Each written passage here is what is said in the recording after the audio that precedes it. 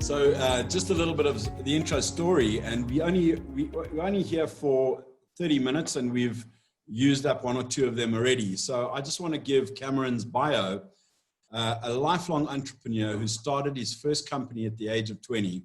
Cameron is the former COO of 1-800-GOT-JUNK and was instrumental in growing the company from $2 million to $105 million revenue. And I presume that's Canadian dollars because Cameron is Canadian. In Double Double, he wrote a book called Double Double. He takes the invaluable lessons he learned leading the growth of more than one phenomenally successful company and presents them with insights and eloquence. Cameron's experience-based advice never gets bogged down in generalities or theories. Instead, he offers a wealth of practical tips for everything from designing meetings for maximum efficiency to growing companies in particular tough markets. His well-considered recommendations go beyond the balance sheet to the realm of the bottom line. Ultimately, it's all about focus. Each topic, creating... are we winning? No? Okay. As head of the consulting company Back Pocket COO, Cameron works with young, fast, fun, growing companies every day, learning how he coaches so many businesses to phenomenal growth and learn how to double your revenue and have fun in the process. So Cameron, I know that's a written bio, but welcome to the webinar. Hey, David, thanks for having me. I'm not sure what's going on, but I'll wait. And when I get the correct link, I'll hop onto that one as soon as we get it. Okay, great. In the meantime, I think just been sent an email now. Or is it in the chat? Amelia, can you help us? It's not in the chat, okay? Unfortunately, there's a specific link for participants which we cannot access, so it was sent to the email addresses. Okay, I'm gonna log off and log back in, but it is the link I clicked, so I'll come back on then. Thank you. Okay. Okay, to the participants, we apologize for that slight inconvenience on the tech side. Nice to see that Anna Nagy, Bonnie Boyd, Clinton Else, Daniel Chudi, Gail DeToy, Hilton Feltzman, Irene Costa, Iris Himmel, Kate Galloway, Kelly Machatse, Kim Cochran, Kim Rigdon, Letitia Naidu, Marshall van Wyk, Sorenska Kellerman, and who else is on? Our attendees. So thank you so much for that. There, Cameron, you're on. Is that working now, David? There we go. Yeah. We're good. All right. We're good to go. Okay, so let's just flick to the next slide, Amelia. I just want to quickly do that. There are 3 of Cameron's books that he's written. I have read one of them. So Cam, sorry, I have to spend some more reading time, but I've read Double Double. And when we met, it was at a MCI board meeting in Canada. Yeah. And you shared what you then called the painted picture from Double Double. And it really, it changed the way I thought about creating strategy for my business.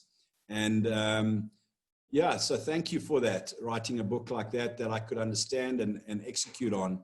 You're welcome. That was a long time ago.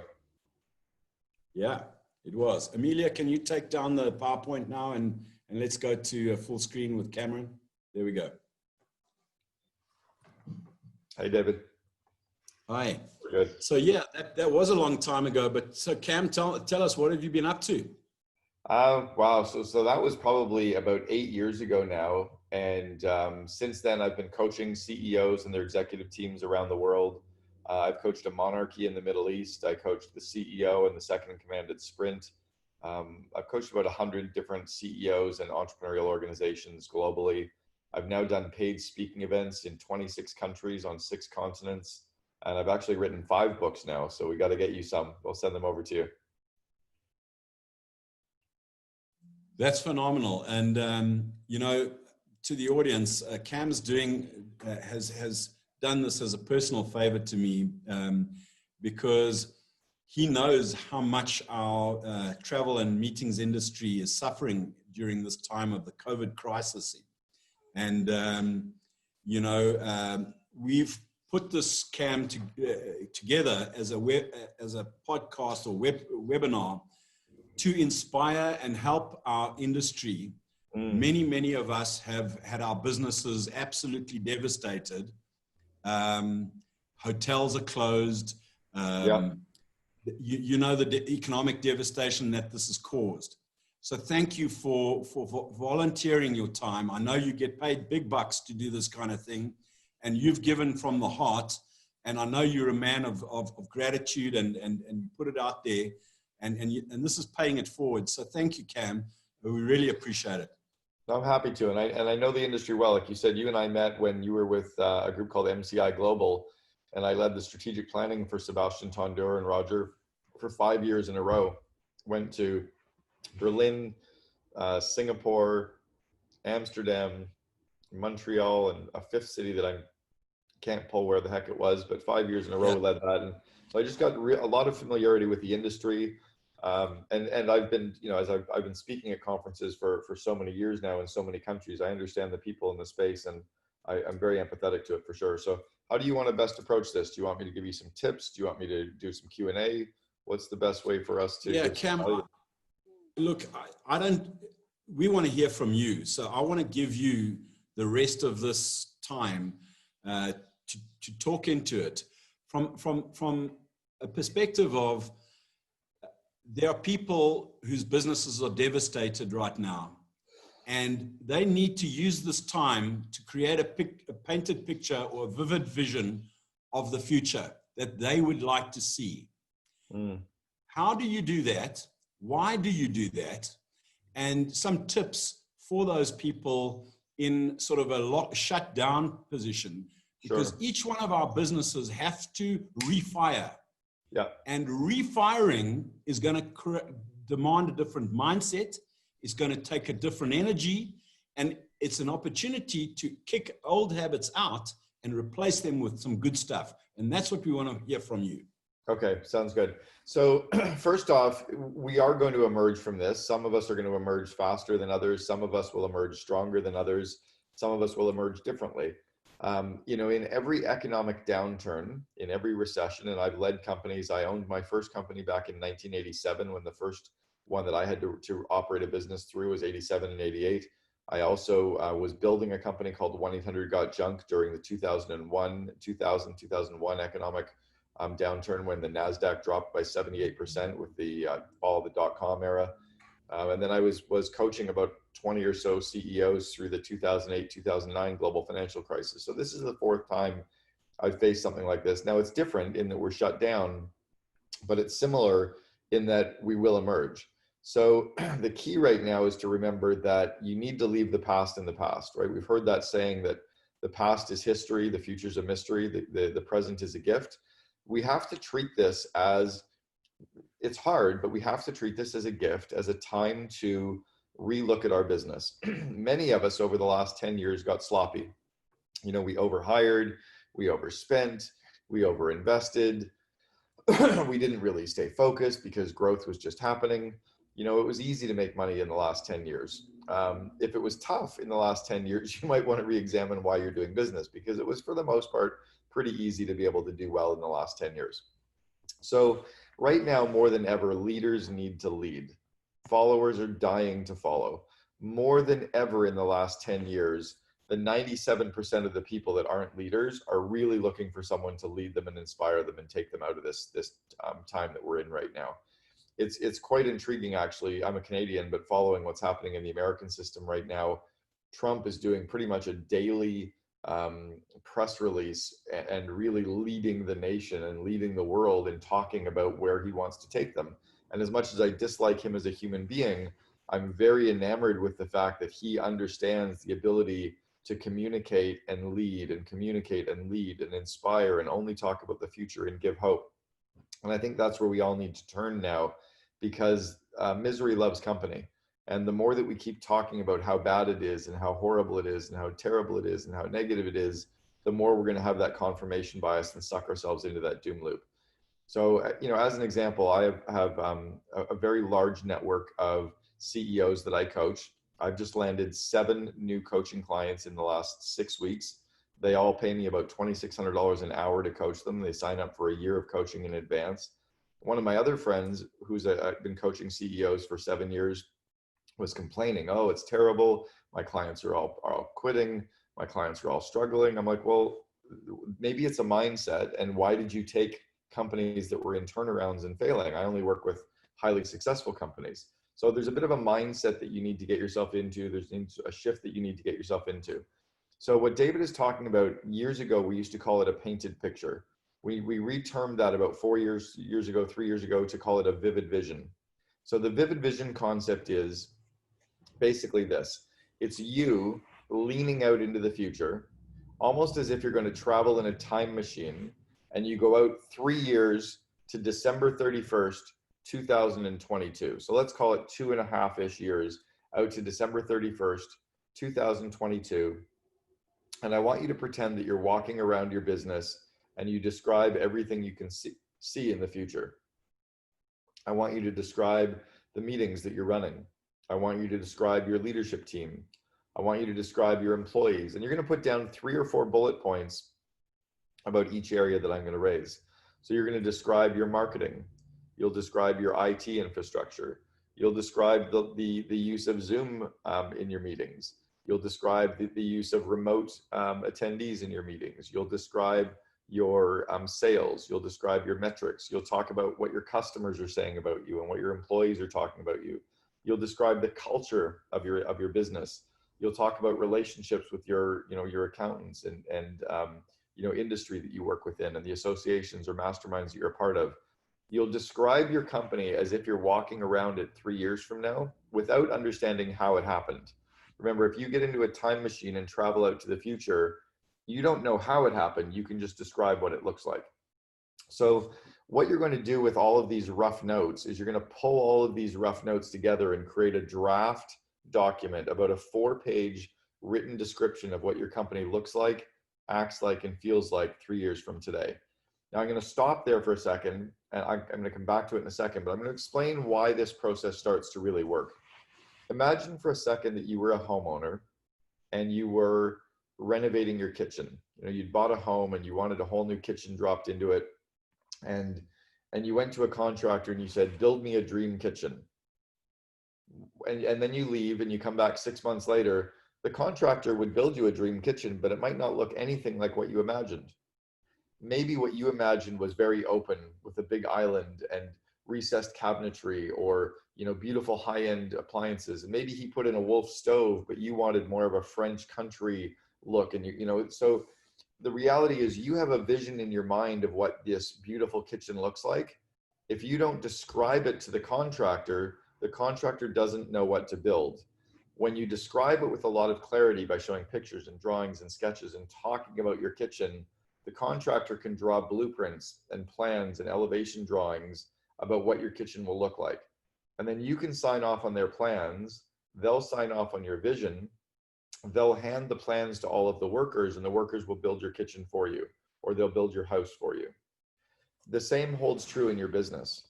If you're the only one that can see the future of what your company looks like, if you're the only one that understands what you're building 3 years from now, your employees are guessing every day. And the best way to align your employees and inspire your employees is for them to see what you can see. So if I come back now to this 4-page document that you're starting to draft, your job is to get it to a stage that it's in rough and then pass it to a copywriter. I've got a woman who I've referred probably 200 companies to that she's written vivid visions for. She takes the rough drafts and polishes them and makes them pop off the page. And then you get your design elements added to it to make it look and feel like your brand. So all of a sudden, this vivid vision looks like your brand, communicates like your brand, and it inspires people around what your brand looks like, acts like, and feels like. So you're going to then be giving a copy of this vivid vision to every employee. The reason it's important to write one of these now is your employees are very scared. All they can see is the current state.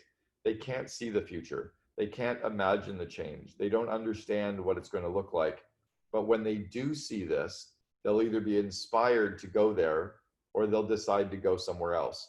And by the way, it's a really good time right now to clean house. Some of us have got employees that we probably didn't want. It's a good time to set them free. I saw a data set the other day that came back that said 38% of employees are going to look for another job when they're able to go back to work. And 40% of current employees are considering going back to school. So as many as 40 to 80% of our employees aren't actually happy with where they're working in the first place. So what your job is to inspire the group that you want, show them where you're going in the future, get them completely aligned with where you're heading in the future, and then start creating the plans to make the first year of that 3-year vivid vision come true. So almost like building a home. If you were building a brand new home, you'd bulldozed a lot, you cleared out a complete lot, and you had flat ground. You've got a dream home that you're going to build that might take you a year to build. Well, you're going to start by building the foundation. You'll put in the foundational building blocks. So in your vivid vision, you'll talk about core values and core purpose and your BHAG. And then you'll talk about how you live those things and how you build them into the organization. And then you put up the walls of the house, right? Those might be all the people systems. And then you put in the plumbing and the electrical, and those might be all the strategy and the goal setting and the meeting rhythms. And then you put in the drywall and you paint and you put up the cupboards, and those might be the financial systems. And then you put in all the decorations and the appliances, and those are kind of all the cultural aspects of your home. So you build a home in a very systematic way from the ground up. You're going to let your vivid vision unfold in a similar way, where each sentence of your vivid vision is a future state that you're going to make come true, but you're going to put some of them in place before others. That's kind of, I guess, a good starting point, David. 100%, yeah. And, I think we've gone through now 3 iterations of the original vivid vision that I did after our exercise in Toronto when I first met you. And it's always been a leading light of where we want to go. And it's focused me on helping me articulate that future with my teams that then help me build that out. And as we then step forward, we might rehash the add a room, build another part of the garden, plant a tree over there, and those things all organically then fit in to that picture. But it's the most, what you've made for me, and I'm not an academic guy, and I'll admit that. I'm a builder, really. I build businesses. Sure. I'm not somebody that's going to look. I read a lot, but I'm not going to go and sign up for an MBA just for the sake of it. I'll cobble together my own MBA if you know what I mean. But yeah. Your process and the book for me was simple enough to understand how to simplify this whole strategy mumbo jumbo that many other people write about. And your style is one that really easily translates for the entrepreneur, because a lot of, in our industry, entrepreneurs are not necessarily super duper academics. Yeah, sure, the bigger organizations that have corporatized have employed top talented people, but the original founders are people that have scaled a mom and pop business into a global business and brought in their children and built out a legacy thing. So thanks for sharing that. And please, because Cameron's doing this for out of his charitable heart, I'm really going to encourage all of you to go onto Amazon and buy one of his books. That would really be a thank you to Cameron for doing that. The other book that really... I just also put a link to my Vivid Vision in the actual chat for everybody, and I'll put a link in for my 5 books as well that they can check out. But I think, David, the power of this for everybody is to realize that right now your employees are guessing on what you want to build. And this document is being used by companies all over the world, and it creates a massive amount of alignment and inspiration. And as I said at the beginning, right now, leaders need to lead. This is the best way to lead them out of this time, is to show them what the future feels like. And also to remind them, look, we're not crazy. We know today sucks, but Yeah. this is what we're building. This is what it looks like. If you want to be a part of this, we want you to help make this come true. If you don't want to be a part of this, it's the right time for you to quit, because I need people who want to build that. Super. Can we transition then? And I'm going to use the word sucks to segue to your other book, Meeting Sucks. Sure. Man, we have been overloaded with these Zoom calls, team meeting calls, and I think we're all fully in agreement that meetings suck. So whether they're in person or virtual, can you talk a little bit into that, and then we'll wrap up? Yeah. So the problem isn't really that meetings suck. The problem is that we suck at running meetings. So what I understood, one of my coaching clients, a CEO, I've coached them from 40 employees up to about 700 employees. About 2 years ago, he was saying their meetings sucked. And I said, well, have any of your leadership team or managers ever been trained on how to run highly effective meetings? And he said, no. I said, have you ever trained all your employees on how to attend a meeting, how to participate in a meeting, how to lead up in a meeting? He said, no. I said, well, then meetings don't suck at all. You suck at meetings. And he started laughing and he said, teach me. So I wrote up a bunch of information on how to run highly effective meetings. We put it deep into his company and we changed everything. And I just realized that that really is the tool that every employee at every company needs to read. So I took that content and wrote the book Meetings Suck. It's probably the only business book that's written for every employee, whereas most business books the leader reads, maybe a few managers. Meetings Suck is written for every employee at every company, so that and a meeting is anytime you have 2 or more people on a phone call, over video, or meeting in person to discuss and move an issue forward. And this teaches you the practice of how to run them, how to participate in them, and which meetings you need to run a highly successful company. Wow, fantastic. No, even when Elon Musk went on Twitter about a year ago and he said, when you're in a shitty meeting, stand up and leave the meeting. Well, Elon's brother worked for me back in 1993. Kimball Musk worked for me, as did his cousin, Peter Reeve, who built Solar City. And when Elon did that, I sent him a text message. I said, don't tell your employees to leave shitty meetings. Fix the shitty meetings so that they're not in them anymore. Like, fix the root cause. So the problem isn't that we're on meetings or on too many bad Zoom calls. The problem is people don't know how to run them. Good. Well, we made some errors earlier on in running this one, so my apologies for that, Cam. All good. But we will stick to the agenda. And I think right now you've given us some really meaty nuggets to look into further on our own time. I'd like to now open up to the participant. If you'd like to ask Cameron a question, please pop that in the chat box as well, and we'll take questions. And I have the ability to open up your mic, so just put your name there, and I'll open up your mic, and then you can voice your question rather than have to type in competition.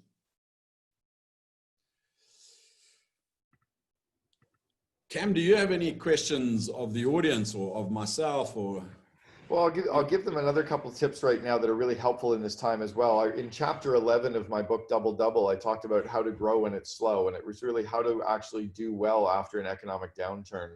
And right now is the best time in the world to focus on growth, because most of your competitors are scared. So it's a great opportunity to hire your competitors' employees. It's a great opportunity to acquire some of your competitors. Acquisition prices have gone down by 30 to 40%. Anyone who is a baby boomer, 56 to 75 years old, is now desperate to sell their company because they don't want to have to run it for another 5 to 7 years. Most of them will sell their company and take 30% of the money over the next 3 years. So it's a good opportunity to negotiate to acquire some of them. Good opportunity to hire some of their employees. It's also a really good opportunity to spend time on renovating your website, on redoing your landing pages, redoing your marketing material. It's a great opportunity to train your team and grow your leadership skills of your team. You know, too often when we're busy, we don't have time to grow our people. We don't have time to train everybody. Well, you got time right now. So why don't we work on growing the skill development of our people with interviews and with coaching and delegation and time management and problem solving and email management. Give them the skill development by bringing in coaches or books or videos for them to watch to grow them. So I really use this as an opportunity to grow. Super. Daniel Trudy had put his hand up and he'd like to ask a question. Daniel, you're on. Do you hear me? Yep, we can hear you, Daniel. Okay, it's not a question. It's an endorsement, if I may. I know you from the MCI days as well. I think you've just mentioned something crucial. The point is to separate yourself from those who don't want to be successful now, or at least to make the choice with where you put your energy is and how you get engaged. And I must say, I've met a couple of people the last few days, and we've all come to the same conclusions. Amazingly, some of the people who were the loudest leaders in the past, they're not there anymore now. And some of the quiet, hardworking people, they suddenly arise. And you don't see this by one statement or by one email, but you see it as a pattern over the last 8 weeks, how people behave. And I think it is crucial and beautifully valuable to focus on those who want to be winning. Daniel just went off there, but Daniel, I agree right now that it goes back to those. I believe in all of the grandmotherisms, right? Everything our grandmother used to tell us is true. And one of them was misery loves company.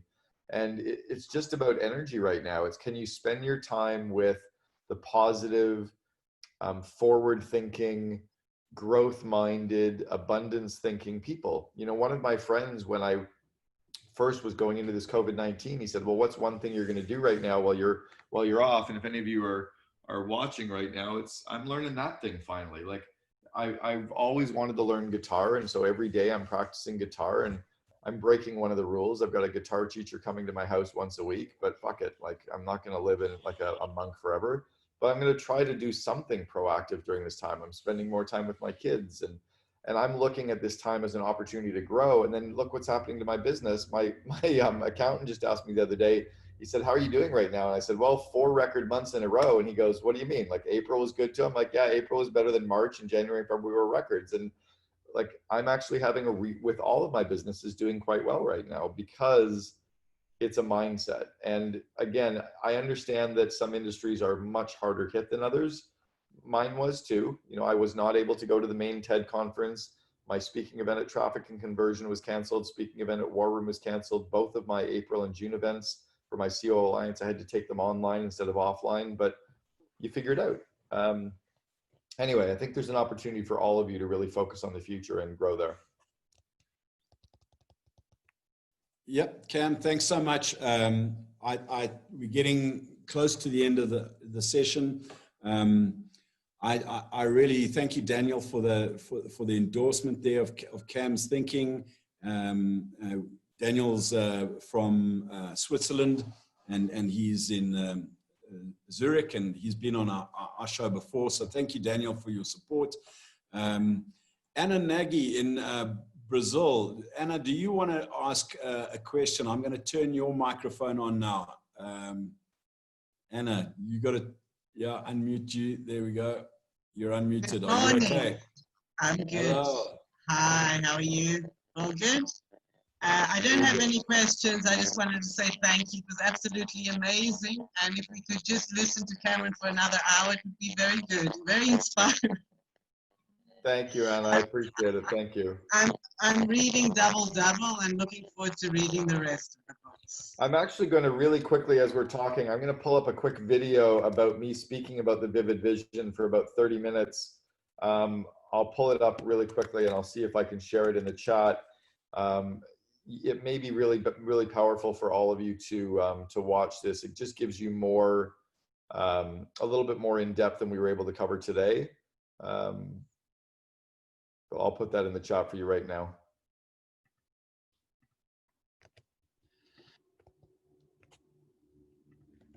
There you go, David. You can share that with everyone if you want to as well later. I can't hear anyone. Sorry, Bonnie Boyd, where are you in the world? And do you have a question for Cam?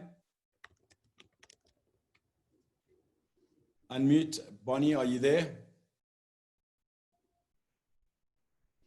No? Okay. Cameron, I'm going to call it a day now, and just take you.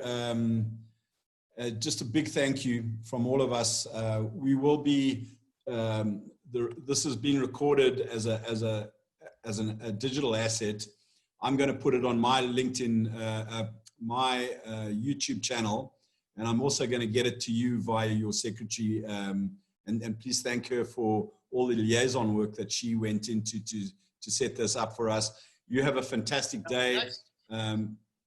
Appreciate that.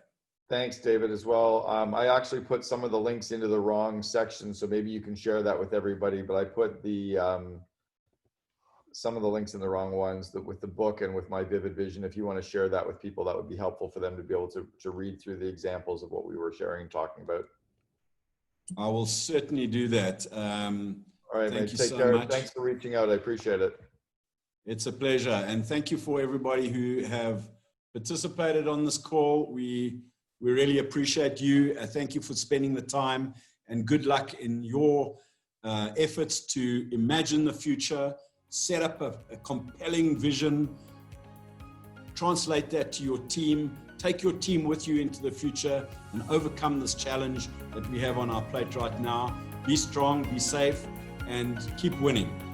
Thank you, guys. Bye, everybody. Bye, Cheers, David. Cam. Bye now. Out. Bye.